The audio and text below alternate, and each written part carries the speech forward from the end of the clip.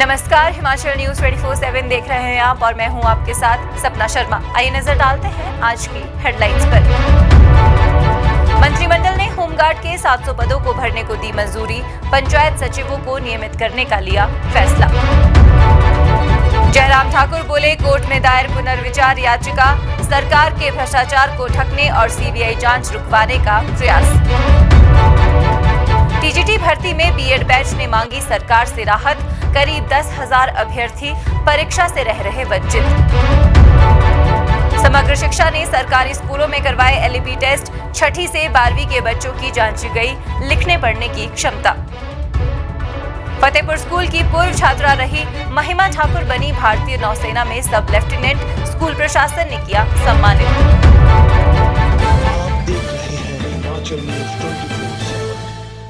अब खबरें विस्तार से। मुख्यमंत्री सुखविंदर सिंह सुक्खू की अध्यक्षता में सचिवालय में हुई मंत्रिमंडल की बैठक में 700 होमगार्ड के नए पदों को भरने की मंजूरी दी गई है। अस्पतालों में होमगार्ड की सेवाएं लिए जाने का निर्णय भी लिया गया है। इसके अलावा कैबिनेट ने 2 साल का कार्यकाल पूरा कर चुके जिला परिषद के तहत पंचायत सचिव को नियमित करने को मंजूरी दी है।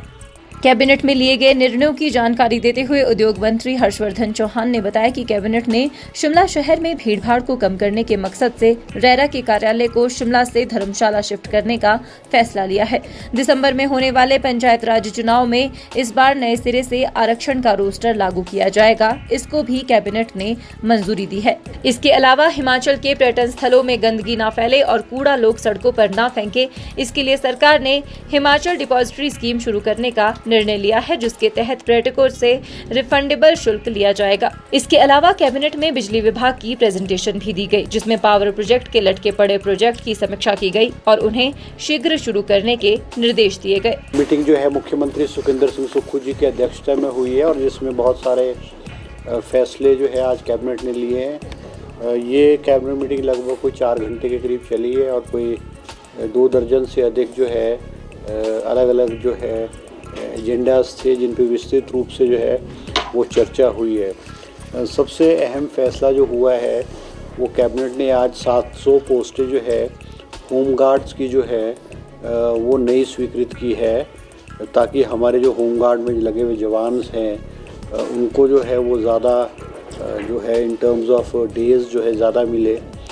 और आज कैबिनेट ने ये भी फैसला किया है कि हमारे जो हॉस्पिटल्स हैं, हमारे सरकारी हॉस्पिटल्स हैं, विशेष करके मेडिकल कॉलेजेस हैं और हमारे जो पावर प्रोजेक्ट्स हैं जहाँ पे प्राइवेट सिक्योरिटी हायर की गई है, वहाँ पे जो है होमगार्ड्स के लोगों की जो है सेवाएं ली जाएंगी, ताकि जो जॉब की अपॉर्चुनिटीज़ हैं हमारे होमगार्ड के जवान्स को जो ज़्यादा मिले। और 700 पोस्टें जो है होमगार्ड के जवान्स की जो है आज कैबिनेट ने सेंक्शन की है। इसके साथ ही जो है एक हमारे जो आईजीएमसी में मेडिकल कॉलेजेस में जो है फील्ड की पोस्टिंग की एक मैंडेटरी होती थी कि 1 साल की फील्ड में एसआरशिप जो करते हैं इनके मैंडेटरी 1 ईयर फील्ड में जाना पड़ता था, उसको भी रिलैक्सेशन दे करके ताकि जो मेडिकल कॉलेजेस का जो है काम वो सफ़र ना हो। इसके अलावा हिमाचल प्रदेश में जो ज़िला परिषद के माध्यम से ज़िला परिषद काडर के हमारे पंचायत सेक्रेटरीज थे जिनका कार्यकाल 2 साल के करीब हो चुका था और वो कॉन्ट्रैक्ट पे थे, उनको आज कैबिनेट ने रेगुलराइज करने का फ़ैसला लिया है। ये कोई लगभग 200 के करीब जो है ऐसे पंचायत सेक्रेटरीज हैं जिनको 12,270 रुपये प्रति माह मिलती थी सैलरी।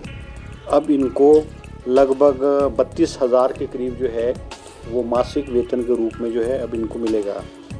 नेता प्रतिपक्ष जयराम ठाकुर ने पत्रकारों से बात करते हुए कहा कि प्रदेश सरकार सीबीआई जांच रोकने के हथकंडे अपना रही है। उन्होंने कहा कि कोर्ट में दायर पुनर्विचार याचिका सरकार के भ्रष्टाचार को ढकने और सीबीआई जांच रुकवाने का प्रयास है। जयराम ठाकुर ने कहा कि मुख्यमंत्री को अब न्यायालय के फैसले का सम्मान करना चाहिए और अड़ंगा लगाने के बजाय जांच में सहयोग करना चाहिए। भीमल नेगी की संदिग्ध परिस्थितियों में मृत्यु के पश्चात परिवार के लोगों के आग्रह पर माननीय उच्च न्यायालय ने एक फैसला दिया कि इस सारे मामले की जांच सीबीआई के माध्यम से होनी चाहिए। आदेश होने के पश्चात सीबीआई ने एफआईआर दर्ज की। एफआईआर दर्ज करने के बाद रिकॉर्ड भी ले लिया और जांच प्रगति पर है। लेकिन इस बीच हमको ये सुन करके और ये जानकारी मिलने के बाद हैरानी हो रही है कि आज मालूम पड़ा है कि एसपी शिमला पर्सनल कैपेसिटी से एलपीए पर गए हैं। पहली बात तो मैं बड़ा स्पष्ट करना चाहता हूं कि एसपी शिमला मुख्यमंत्री की सलाह के बिना कुछ नहीं करते हैं और इस बात का उन्हें जिक्र भी किया है। एलपीए में जाने से पहले उन्होंने एडवोकेट जनरल से इस सारे मामले में सलाह ली है और उसके बाद ये फैसला लिया है। एडवोकेट जनरल हिमाचल प्रदेश में सरकार का हिस्सा है और ऐसी सूरत में कुल मिलाकर के सरकार की नीयत बड़ी साफ हो गई कि सरकार सीबीआई की जांच को रोकना चाहती है। इसलिए सरकार ने जांच के आदेश नहीं दिए और मैं इस बात को लेकर के बहुत हैरान हूं कि मुख्यमंत्री दिल्ली से आने के पश्चात प्रेस कॉन्फ्रेंस करते हैं और प्रेस कॉन्फ्रेंस में कहते हैं कि हम सीबीआई की जांच का स्वागत करते हैं, हम सीबीआई की जांच के लिए पूरा सहयोग करेंगे और सहयोग करने के साथ साथ में उन्होंने ये भी कहा कि हम एलपीए में नहीं जाएंगे। लेकिन उसके बावजूद एसपी शिमला एसपी के डेजिग्नेशन के साथ एलपीए में गए।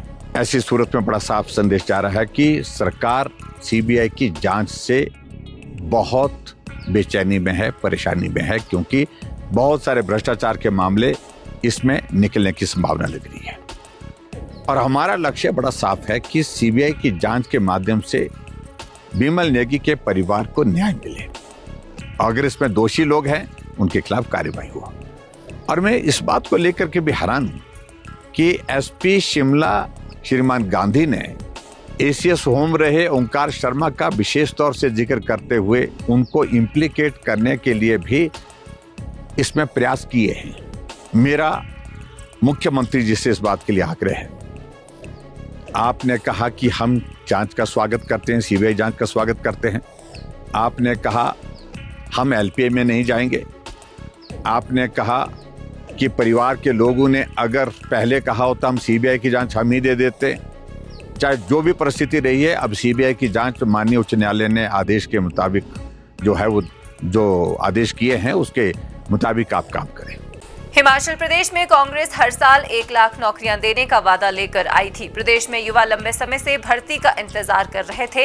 हाल ही में सरकार ने शिक्षा विभाग में टीजीटी के 937 पद विज्ञापित किए हैं, जिसमें अब फॉर्म भरने की प्रक्रिया शुरू होनी है। वहीं इस साल बीएड पास करने वाले अभ्यर्थियों ने सरकार से उन्हें भी परीक्षा में बैठने देने की मांग की है। बीएड कर रहे अभ्यर्थियों का कहना है कि केवल 2 महीने के अंतराल से 10,000 के करीब अभ्यर्थियों को इस मौके से वंचित होना पड़ रहा है। अभ्यर्थियों का कहना है कि 2 से 3 साल में ऐसा मौका आता है, लिहाजा उन्हें परीक्षा में अपीयर होने का मौका दिया जाना चाहिए। बीएड प्रशिक्षकों का कहना है कि हिमाचल प्रदेश सरकार ने टीजीटी पदों में भर्ती विज्ञापित की है। उन्होंने कहा कि लंबे अंतराल के बाद शिक्षकों की भर्ती का मौका आया है और वे इसका स्वागत करते हैं। बीएड प्रशिक्षकों ने कहा कि 2 महीने बाद उनकी बीएड डिग्री पूरी हो जाएगी, लेकिन टीजीटी शिक्षक भर्ती पहले विज्ञापित होने से वे इस मौके से वंचित हो रहे हैं। इसलिए उन्होंने मांग की है कि उन्हें भी इस परीक्षा में शामिल होने का मौका दिया जाए। सेमेस्टर 4 में पढ़ रहे अभ्यर्थियों को इस परीक्षा के लिए योग्य माना जाए या 2 महीने बाद फिर फॉर्म भरने के लिए विंडो खोली जाए। अभ्यर्थियों ने कहा कि ये उनके भविष्य की बात है। बीएड 4th सेमेस्टर का एक छात्र हूँ, हम सभी 4th सेमेस्टर के छात्र हैं। तो हमारी जैसे कि परसों टीजीटी कमीशन के लिए वैकेंसीज निकाली गई थी, तो उसमें काफ़ी सारी वैकेंसी थी, लेकिन हमारी जो उसका हम हार्दिक स्वागत करते हैं। लेकिन हमारी जो अपील है ये थी कि हमने सीएम सर से भी बात की, डिप्टी सीएम से भी बात की, अभी विक्रमादित्य जी से भी कल बात की। हमारी मांग ये थी कि जो टीजीटी में एलिजिबल, टीजीटी कमीशन में एलिजिबिलिटी थी वो टेट एग्जाम की थी, यानी teacher eligibility test, TET exam.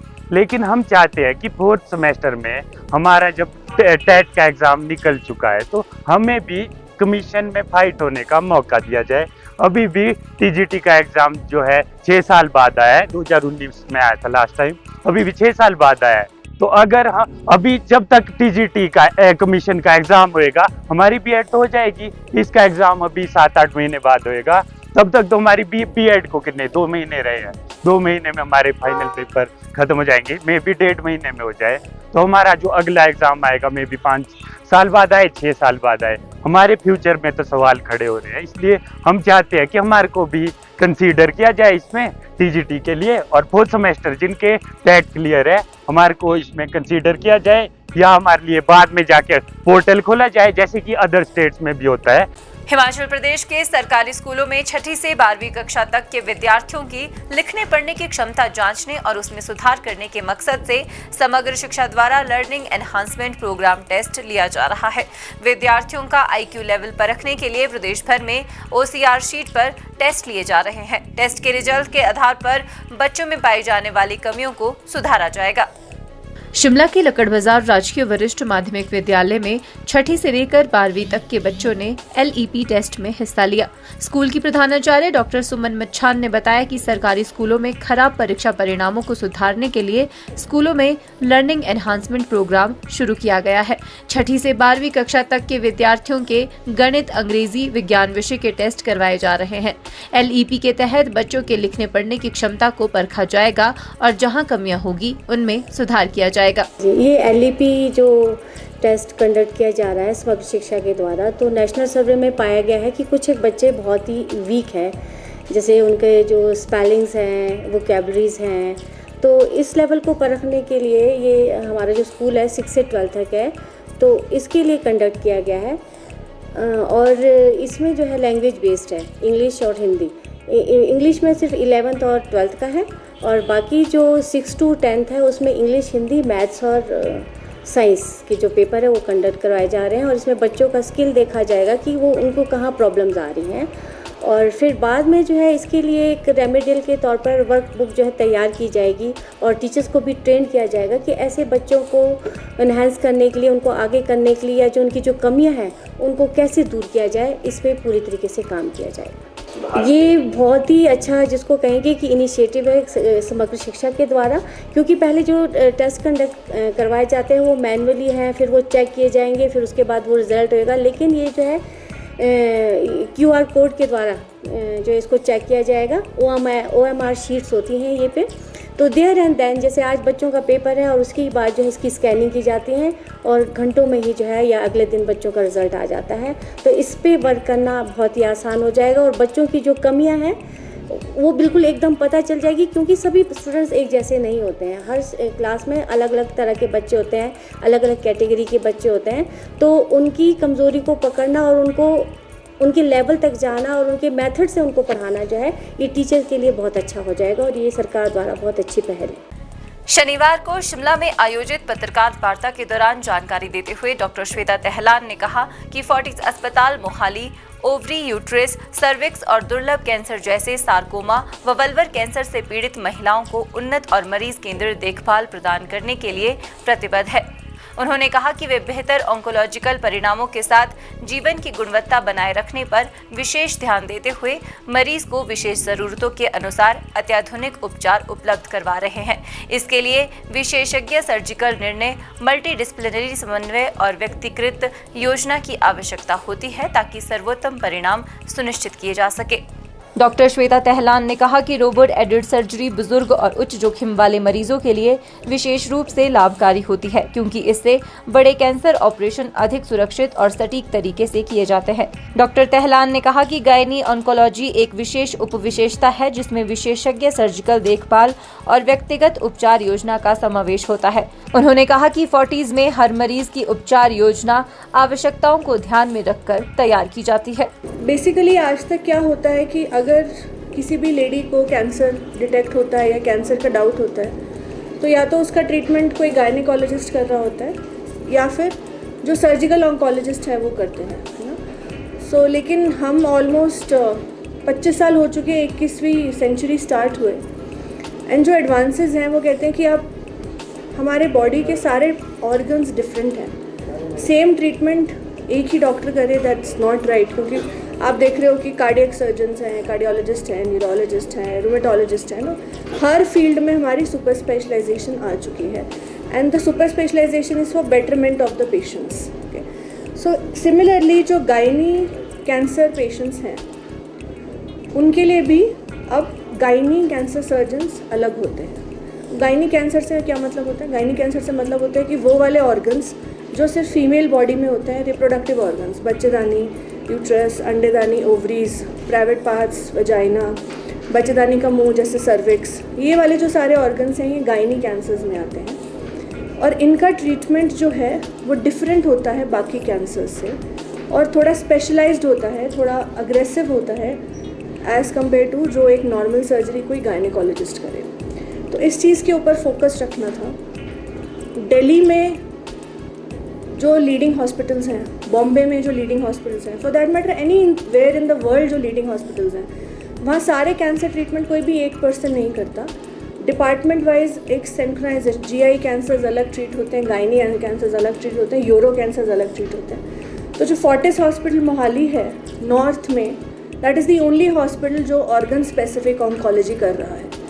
So after Delhi in north there is no other hospital which is offering organ specific oncology. मतलब जो पेशेंट को जिस ऑर्गन का ट्रीटमेंट है वो एक अलग टीम, एक अलग डॉक्टर टैकल करेगा। ओके, सो जो आपको 3 केसेस बेसिकली बताए गए हैं, number 1 is fertility sparing surgery. Okay, so आजकल हम देख रहे हैं कि 20s में 30s में भी लड़कियों को कभी कभी कैंसर हो जा रहा है, ओवेरियन कैंसर हो जाता है, इवन 20s में हो जाता है, 30s में। फिर बच्चेदानी का कैंसर आजकल हम देख रहे हैं कि 20s में तो नहीं, 30s या अर्ली 40s में, जब तक उन्होंने अभी तक बच्चे प्लान नहीं करे हैं, है ना, इनफर्टिलिटी के ट्रीटमेंट के लिए गए और पता चला कि कैंसर आ गया है। सिमिलरली बच्चेदानी के मुंह का, सर्विक्स का प्री कैंसर हो जाता है इस एज में, 30s में स्पेसिफिकली। तो इसमें पहले क्या होता था कि बस बच्चेदानी निकालो, यही ट्रीटमेंट है। बट नाउ हम फर्टिलिटी स्पेयर कर सकते हैं। मतलब अगर ओवरी का कैंसर है कुछ सेलेक्टिव टाइप का, तो हम दूसरा ओवरी छोड़ सकते हैं, यूट्रस छोड़ देते हैं। अगर इवन यूट्रस का अर्ली स्टेज का कैंसर है तो हम बहुत हाई डोज दवाइयों से उसको ठीक करके यूट्रस प्रिजर्व करें। यूट्रस के मुंह का कैंसर है, सर्विक्स का कैंसर, तो भी हम फर्टिलिटी स्पेयरिंग सर्जरीज कर सकते हैं। जिला कांगड़ा की राजकीय वरिष्ठ माध्यमिक पाठशाला फतेहपुर में शिक्षण सत्र 2018-19 में लुठियाल निवासी छात्रा महिमा ठाकुर ने भारतीय नौसेना में सब लेफ्टिनेंट बनकर परिजनों के साथ साथ स्कूल व क्षेत्र का नाम रोशन किया है। शनिवार को पाठशाला पहुंचने पर महिमा ठाकुर को पाठशाला प्रशासन द्वारा सम्मानित किया गया। महिमा ठाकुर ने राजकीय वरिष्ठ माध्यमिक पाठशाला फतेहपुर में नॉन मेडिकल में 12वीं कक्षा 94.7% अंकों से पास की थी।